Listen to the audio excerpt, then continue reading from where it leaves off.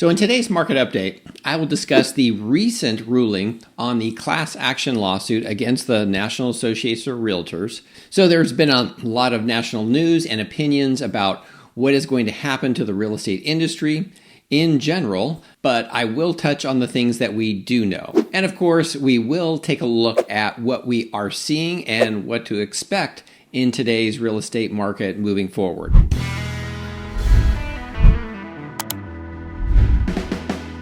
Hi, I'm Harold Powell, a local real estate agent in the Ventura, California area. And if you're new to the channel and are interested in all things real estate for Ventura and the surrounding areas, well, then I suggest hitting the subscribe, like, and bell icon to be notified of future content. All right.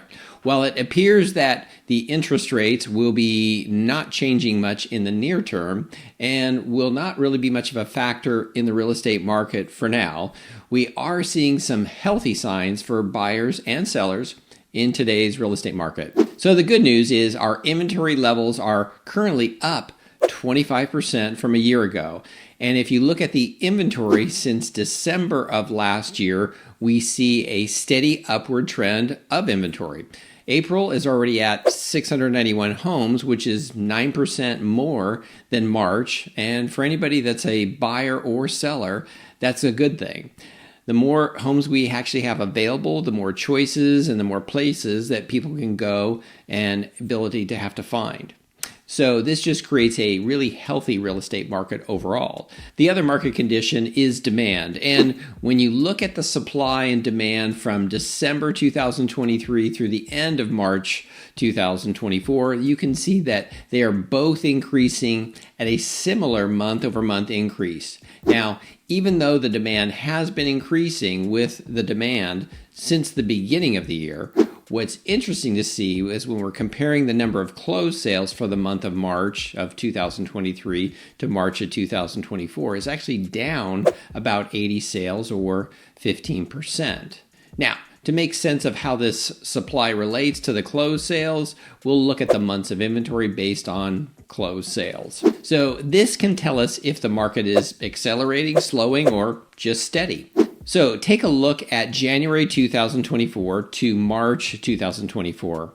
We actually go from 1.9 months of inventory to 1.5 months of inventory. And that just means that demand is currently faster than just how fast the supply of homes are coming on the market, which in general means that the market is actually speeding up from the beginning of the year. And this is actually a typical trend that we would normally see. Additionally, the 1.5 months of inventory means that we are still in a strong seller's market. And the last thing is the market trend on pricing. The median sale price is currently sitting at $870,000, which is up slightly from last year's high of $860,000. And the thing to remember about the median sale price is that's really where the demand is strongest for the price range. And as you go above that number, you will begin to see demand trail off. So as far as length of time on the market, it's pretty much dictated by pricing along with the condition of the house. The current average time is about 30 days on the market. So if you have not received or accepted an offer within, say, 30 days, then you may need to consider a price improvement to attract offers.